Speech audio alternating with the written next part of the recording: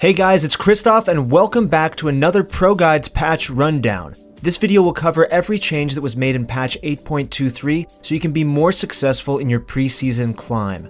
In this video, we're going to go over all the details, including a tier list for each lane that was made by our in-house analysts and partnered pro players. This is a very big patch and you need to watch every minute of this video, so let's get started.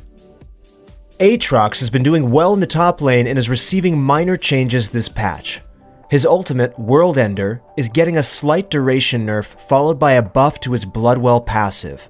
This change will barely impact Aatrox since his core strengths come from his high burst and sustain.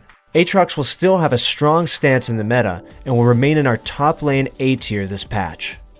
The majority of top laners were untouched in 8.23, so most of our tier list remains similar to the previous patch. For the S tier, we have Urgot, Sion, Darius, Jax, Irelia, and Victor. We usually only place 5 champions in the S tier, but Victor remains a powerful pick with very few weaknesses in the top lane. Also note that Lissandra has been moved up from last patch to our A tier list.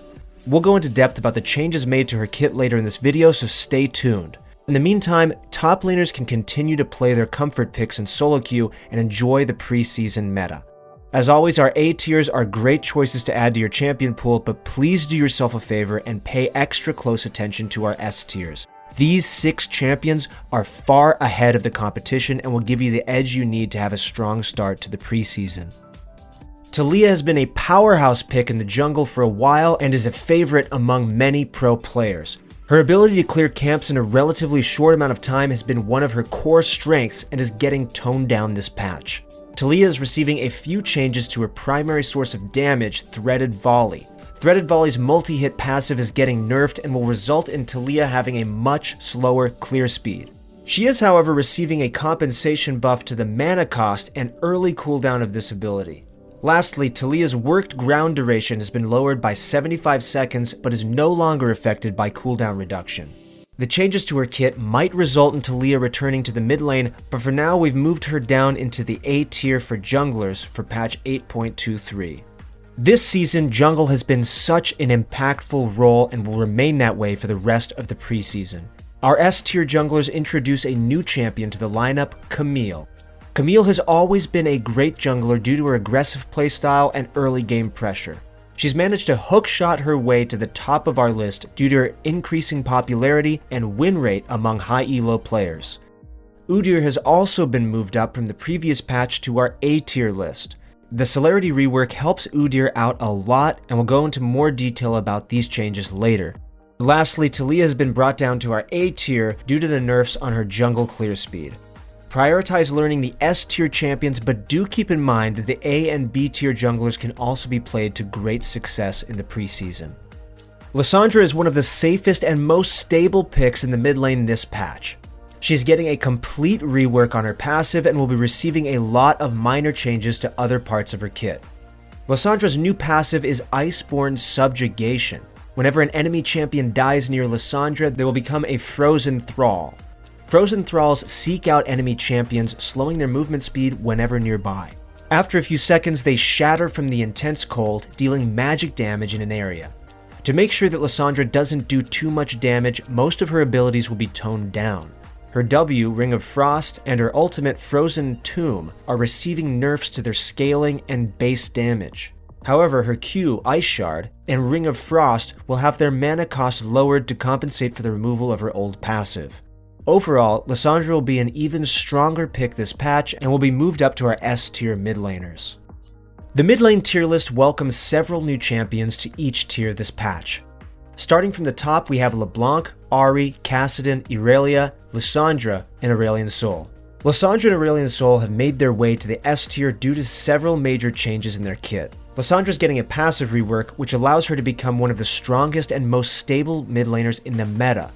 Aurelion Sol benefits from the celerity rework that came with this patch and will be able to roam much faster than before. Talon has been bumped down to the A tier list due to him not being quite as strong as our current S tier lineup. Make sure to give these S tier champions a try the next time you play a normal game. As long as you pick a handful of champions from this list, you will maximize your chances at getting more LP. Ezreal is looking to stray away from the AD carry role and is receiving buffs to help him out in the mid lane. His W, Essence Flux, is getting a base damage buff and a huge increase in its ability power scaling. Ezreal's ultimate True Shot Barrage is also getting a change this patch. The damage from this ability is no longer reduced by 10% for each enemy hit, and now does 50% reduced damage to minions and monsters. It is likely that you will see Ezreal in both the bot and mid lane during the preseason due to his playstyle fitting both roles. He will remain unmoved in our 8.23 tier list due to the buffs being geared toward AP Ezreal instead of AD. There were no major champion changes to ADCs, so the tier list remains similar to last patch. The only difference you may notice is Kog'Maw and Varus being moved up to the A tier list. The main reason for this is because of the Ginsu's Rageblade rework that is happening this patch. We will explain the detail of this item rework later in this video, so make sure you watch it to the very end. Our S tier has Kai'Sa, Lucian, Xayah, Sivir, and Jhin. These 5 ADCs remain the strongest in the mid game and will likely continue to dominate the bot lane. Just make sure to stick to the champions on this list to get the best results for your preseason climb. The support tier list remains unchanged from last patch. There were no support champion changes and the powerful picks will remain the same. In S tier we have Thresh, Alistar, Nami, Pyke, Morgana, and Rakan. These 6 champions are a level above the rest of the supports and will bring you the best results in solo queue. Doran's shield has been one of the best starting items against poke champions and is receiving a slight buff to its health regeneration. It now regens up to 30 HP over 10 seconds based on missing health and caps off at 25%. This means that early laning in a ranged versus melee matchup just got a little less annoying. Ginsu's Rageblade functioned both as a one-item power spike and a late-game scaling engine, which has caused several balance issues in previous patches. Sometimes the item was too strong, and at other times the item was way too weak. The update that is being made swaps the attack damage and ability power bonuses with armor and magic penetration.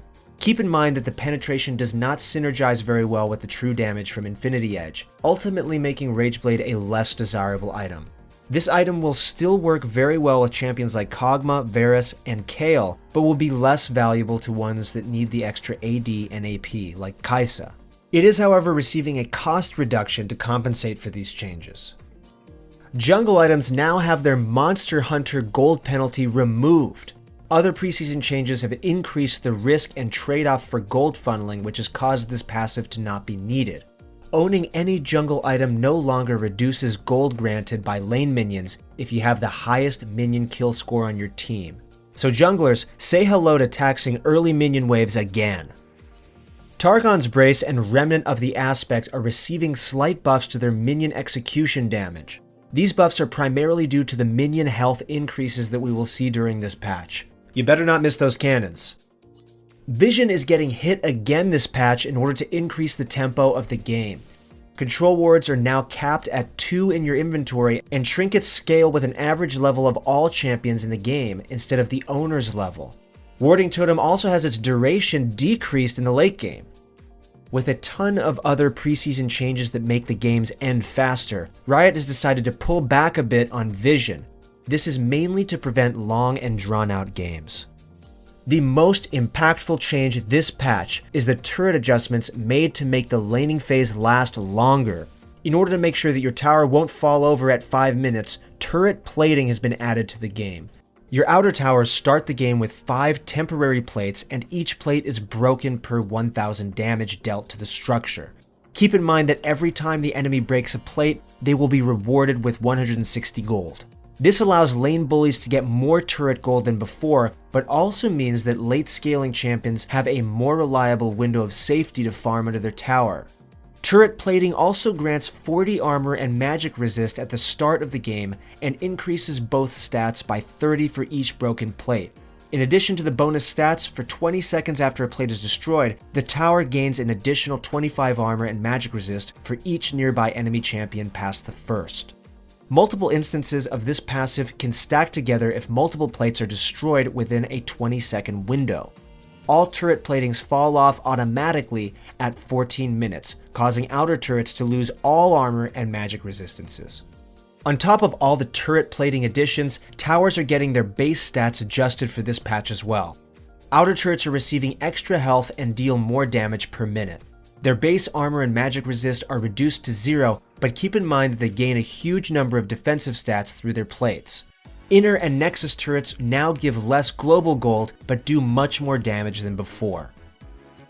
Patch 8.23 will also see a shorter downtime between neutral objectives and see teamfights happen more often. Elemental Drakes and Baron Nashor are getting their respawn timers shortened by 1 minute, and Elder Dragon is getting shortened by 2 minutes. However, the first Drake now spawns at 5 minutes instead of 2.5 and grants more XP and gold for slaying it. All the Elemental Dragons are also receiving changes to the buffs they give. These buffs are pretty big, especially when it comes to late game teamfighting, so taking early dragons is a good idea. A big reason why jungle has been such an impactful role this meta is due to their XP advantage from the mid-season champ changes. Because junglers now have the power to impact the game through stronger dragons and a longer laning phase, jungle camp XP has been lowered to keep their levels in check. Another huge change, teleport can no longer be cancelled once you've started casting it. Channeling teleport is often enough to force the enemy to back off even when you have no intent of following through. The mind games are interesting, but now they are forced to commit to a play. You have to be safer and more intelligent with your teleports because you'll sacrifice a lot in your lane if you decide to teleport to help others out. Runes are also receiving a big change this patch and will heavily impact how you play your laning phase. Rune Path stat bonuses have been removed and are being added into a rune stat tree. There are 3 rows of stats that have been implemented to accompany your primary and secondary runes. You can choose one stat from each of the rows that will grant a certain bonus stat. This allows for less limitation in terms of picking specific runes and will allow your champions to freely pick the runes they want. Now that mages have the option to take precision as a primary page, fleet footwork has to be adjusted to keep mages in check. The heal AP ratio is reduced for this patch and will likely stay this way for a while. Celerity is one of the most popular runes and has been in the meta since release. Movement speed and adaptive damage are extremely valuable, so Celerity was a must-take rune on most champions. In this patch, Celerity has been reworked completely and no longer grants bonus AD or AP based off of your movement speed. The 1.5% increase in movement speed has also been removed but now increases bonus movement speed by 8%. This is an extremely good buff for champions like Udyr, Aurelion Sol, and Hecarim, who all rely on being hasty for the kits to work. Dark Harvest is getting a complete rework in 8.23 and will be shifted to be more of a lane-focused rune from now. Every time you damage a champion, it harvests their soul and increases the damage of future procs. Dark Harvest procs and deals bonus damage to champions that are under 50% HP and has a 45-second cooldown. Minions and monsters no longer drop souls, and souls do not have to be collected anymore. Try this out in your next game. I hope you enjoy the changes to this because we definitely do here. Ravenous Hunter was a clear standout favorite on the bottom row of the domination tree. Its healing has been reduced a tiny bit to make it a little bit less generically the best option.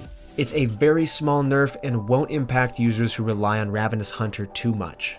Demolish is being given a buff this patch to make it more appealing to the turret plate meta. There is a slight reduction in damage but now takes less time to charge up. Also, the removal of other runes in the resolve tree might bring back Demolish into the meta this patch. Shield Bash is a new rune that synergizes with champions who have shields in their kit. You gain bonus resistances while shielded, and your next basic attack will deal bonus damage. This rune will be replacing Chrysalis and will be widely used among bruisers and tanks. Bone plating is being adjusted this patch to be less annoying during the laning phase. It is now moved to row 2 of the resolve tree to make the defensive runes less oppressive. Its buff duration has been cut in half, but is receiving compensation buffs on its block amount.